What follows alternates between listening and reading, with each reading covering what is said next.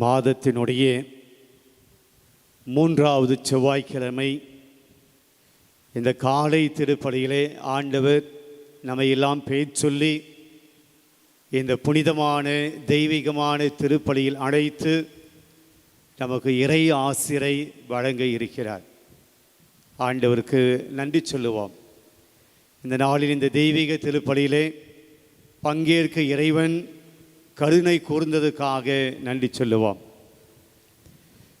பிறைமாடு இன்றைக்கு நாம் படித்த முதல் வாசகத்தை இன்றைய நாளுக்குள்ளான தியான சிந்தனையாக எடுத்துக்கொள்வோம். இறைவாக்கின எசேக்கியேல் புத்தகத்திலிருந்து 28ஆம் அதிகாரம் 1 முதல் 10 இறை வார்த்தைகளை நாம் வாசித்திருக்கிறோம். ஆண்டவருடைய வாக்கு எசேக்கியேலுக்கு கொடுக்கப்படுகிறது. நீர் போய் தீர் நாட்டினுடைய மன்னனுக்கு இதை சொல்லணும் என்று எசேக்கியேலுக்கு ஆண்டவருடைய கட்டளை இடப்படுகிறது. எசேக்கியேல் தீர் நாட்டு மன்னனுக்கு என்ன சொல்லணும்? பின்வருமாறு 3 காரியங்களை சொல்லுகிறார். ஒன்று, உனக்கு நிறைய செல்வம் வந்திருக்கிறது, நீ செல்வ செழிப்போடு இருக்கிறாய். எல்லா நாடுகளையும் உன்னுடைய ஆதிக்கத்தின் கீழ் கொண்டு வந்து செல்வ செழிப்போடு இருப்பதனால் உனக்குள் செருக்கு வந்துவிட்டது, உனக்குள் ஆணவம் வந்துவிட்டது. அதனால் நீ என்ன சொல்லி கொண்டிருக்கிறாய்? நானே கடவுள். தீர்மன்னன் இப்படியாக தன்னை பற்றி சொல்லிக் கொள்கிறான். நானே கடவுள், கடவுளின் அரியணையில் நான் அமர்ந்திருக்கிறேன் என்று தீர்மன்னன் சொல்லுகிறான்.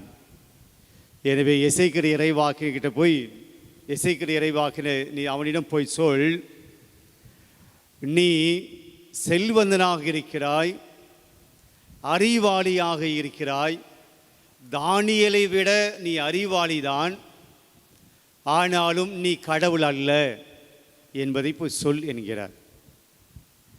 உனக்கு செல்வம் அதிகமாக இருக்கிறது, உன்னுடைய அறிவு அதிகமாக இருக்கிறது, நீ ஞானத்தினாலும் அறிவினாலும் உன்னுடைய வியாபார திறமையினாலும் நீ செல்வத்தை சேர்த்திருக்கிறாய். ஆனால் உனக்கு ஏற்பட போவது அழிவு.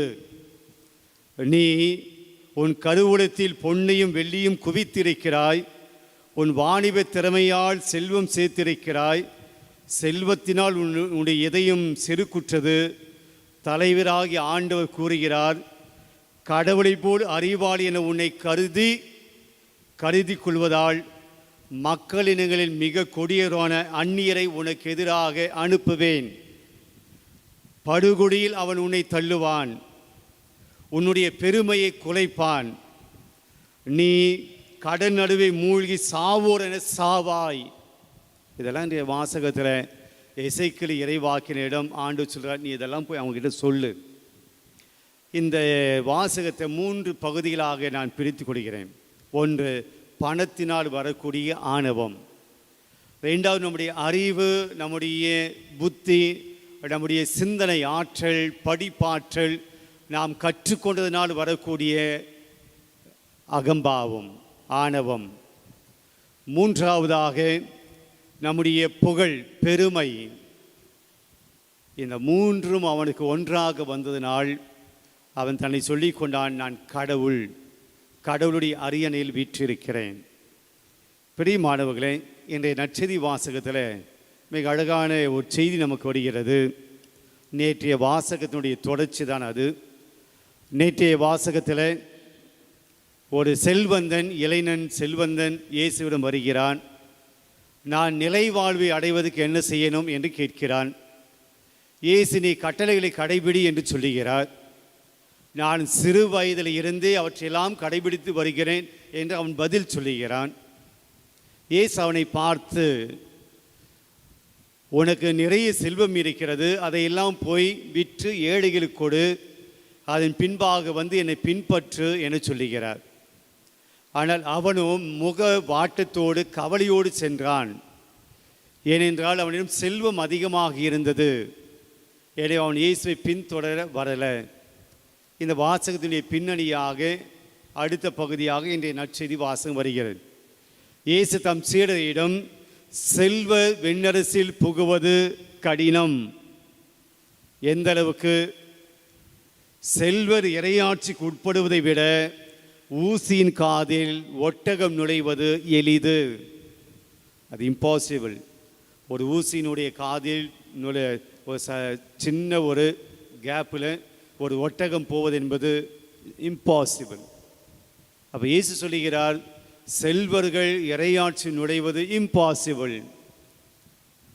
அப்போ இந்த வாக்கியம் செல்வந்தர்களாக இருக்கக்கூடிய எல்லாருக்குமே இறையாட்சியில், நிலை வாழ்வில், மோட்சத்தில் இடம் கிடைக்காதா?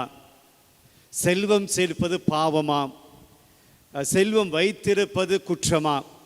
நேர்மையோடு உண்மையோடு நான் உழைத்து சம்பாதிக்கக்கூடிய இந்த செல்வம் என்னிடம் இருப்பதனாலேயே நான் நிலை வாழ்வு அடைவதற்கு தகுதியற்றவனா என்றால், என்னுடைய முதல் வாசகம்தான் அந்த கேள்விக்கு பதில் சொல்கிறது. எப்போ செல்வம் வருகிறதோ, எப்போ அறிவாற்றலால் நாம் உயர்கிறோமோ, எப்போது பெருமை வந்து சேருகிறதோ, அப்போது நமக்குள் வருவது என்னவென்றால் அகம்பாவம், ஆணவம். அது வராத வரையிலும் செல்வத்தினால் ஆபத்து இல்லை. அது வராத வரையிலும், அகம்பாவம் ஆணவம் வராத வரையிலும் செல்வத்தினால் நமக்கு பிரச்சனை இல்லை. ஆனால் எப்போது செல்வம் கடவுளை விட்டு நம்மை அகன்று போகச் செய்கிறதோ, எப்போது நாம் வைத்திருக்கக்கூடிய பணமும் செல்வம் தீய வழியிலே நம்மை இட்டு செல்கிறதோ, எப்போது செல்வம் கடவுளை விட பணம் முக்கியம் என்று நாம் நினைக்கிறோமோ, அப்போது செல்வத்தினால் ஆபத்து இருக்கிறது என்பதான் இன்றைய 2 வாசகம் நமக்கு சொல்லக்கூடிய செய்தியாக இருக்கிறது. பெரிய மாணவர்களே, செல்வம் வருகிற போது, செல்வம் அதிகமாகிற போது நாம் எப்படி நடந்து கொள்ள வேண்டும்? நாம் நினைப்போம், நாம் ரொம்ப பெரிய பணக்காரர்கள் இல்லை, அதனால் இந்த வாசகம் எனக்கு பொருத்தமானது இல்லை என்று நினைப்போம். செல்வங்களை இறையாட்சி போவது மிக கடினம். இது நம்மளை பற்றி சொல்லலை. ரொம்ப பெரிய பணக்காரர்கள், ரொம்ப வசதியானவர்கள், அவர்களுக்கு சொல்லக்கூடிய வாசகம். இது எனக்கு இல்லை. அல்ல. செல்வம் என்பது பணம் மட்டும் அல்ல. இன்றைக்கு நமக்கு இருக்கக்கூடிய திறமைகள் கூட செல்வம்தான். நாம் படித்திருக்கக்கூடிய படிப்பும் கூட செல்வம்தான். நமக்கு இருக்கக்கூடிய எல்லா விதமான ஆற்றலும் நமக்கு செல்வம் தான். எல்லாருக்கும் பொதுவானது தான்.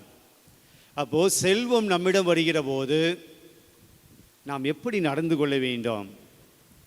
பெரிய மாணவர்களே, ஒரு மரம் மேலே உயர உயர உயர அது எந்த அளவுக்கு மேலே உயர்ந்து கொண்டே போகிறதோ அந்த அளவுக்கு அதனுடைய வேர்கள் கீழே சென்று கொண்டே இருக்கின்றன. ஒரு மரம் உயர்கிற போது அதனுடைய வேர்கள் கீழாகவும் இறங்கி கொண்டு இருக்கின்றன. இப்படியாகத்தான் நாம் செல்வம் வருகிற போது நடந்து கொள்ள வேண்டும். செல்வம் அதிகமாக அதிகமாக அதிகமாக நாம் நம்முடைய மனதுக்குள், நம்முடைய உள்ளத்துக்குள் ஆழமாக போக வேண்டும். நம்முடைய வேர்கள் என்கின்ற பணிவானது, தாழ்ச்சி என்கிற புண்ணியமானது அது கீழாக இன்னும் வேரூன்றி போக வேண்டும். மரம் மட்டும் மேலே போயிட்டே இருந்துட்டு வேர்கள் கீழே போகாமல் இருந்துச்சு அப்படின்னா காத்தடிச்சா மரம் விழுந்துவிடும். செல்வம் அதிகமாக கொண்டு போய்கொண்டே இருந்து நம்முடைய வாழ்க்கையில வளமை அதிகமாக போய்கொண்டே இருந்து பணிவு என்கின்ற வேர்கள், தாழ்ச்சி என்கிற வேர்கள் உள்ள போகாமல் இருந்தால், இன்றைக்கு முதல் வாசகத்தில் ஆண்டவர் சொன்னது தான் நமக்கு நடக்கும். ஒரு நாள் அதை உன்னிடம் நான் எடுத்து விடுவேன், உன்னுடைய பெருமையை நான் எடுப்பேன், உன்னை படுகொடியில் நான் தள்ளுவேன், நீ சாவாய் என்று தீர்மானனுக்கு சொன்ன அந்த எச்சரிக்கை தான் நமக்கும் ஆண்டு சொல்கிறார். ஆக வளமையில் போவது பிரச்சனை இல்லை, செல்வத்தில் வளர்வது பிரச்சனை கிடையாது, பணம் சேர்ப்பது பிரச்சனை கிடையாது. ஆனால் பணிவு என்கின்ற தாழ்ச்சி என்கிற குணம் அதிலையும் நாம் வளர்ந்து கொண்டே போக வேண்டும். அது இல்லை அப்படின்னா தான் இன்றைக்கு இந்த தீர்மானம் சொல்லி கொண்டது போல நம்முடைய வாழ்க்கையில் அகம்பாவும் ஆணவும். பெரிய மாணவர்களே, ஒரு கடல் அலைகள் வெளியே கரையோரத்தில் வேகமாகத்தான் அடித்து கொண்டு இருக்கும். ஆனால் கடலுக்குள் போக போக அது அமைதியாக இருக்கும். நம்முடைய வாழ்க்கையும் அப்படியாகத்தான் இருக்கும். வாழ்க்கையில் முன்னேற முன்னேற முன்னேற வாழ்க்கையில் செல்வங்கள் கூட கூட நம்முடைய மனம் அமைதியில் திளைக்க வேண்டும். அந்த மனதில் அமைதி வந்து தங்க வேண்டும். அந்த மனதில், அந்த உள்ளத்தில் ஒரு சாந்தம் வர வேண்டும். அப்படி வராமல் ஒரு ஈகோ, ஒரு அகம்பாவம், ஒரு ஆணவம், எனக்கு எல்லாம் தெரியும், என்கிட்ட எல்லாம் இருக்குது, நான் எவ்வளோ பெரிய செல்வந்தன், எவ்வளோ பெரிய பணக்காரன், இதுவெல்லாம் நாம் இன்னும் உள்ளே போகவில்லை. இந்த அலைகளோடு தான் முட்டி மோதி கொண்டிருக்கிறோம். ஆக செல்வம் நம்மை அமைதிக்கு கொண்டு போக வேண்டும், ஒரு நிம்மதியான வாழ்வு கொண்டு போக வேண்டும், ஒரு பணிவான தாழ்ச்சியான வாழ்வுக்கு கொண்டு போக வேண்டும், அகம்பாவத்துக்கு அல்ல என்பதுதான் இன்றைய வாசனை நமக்கு தருகிற செய்தி. அதை நாம் நம்முடைய வாழ்க்கையில் பெரிய பணக்காரர்களுக்கு மட்டுமல்ல, கொஞ்சம் பணம் இருந்தாலும் கூட இந்த பிரச்சனை நமக்கு வரும். அதை கையாள தெரிந்து கொள்வோம்.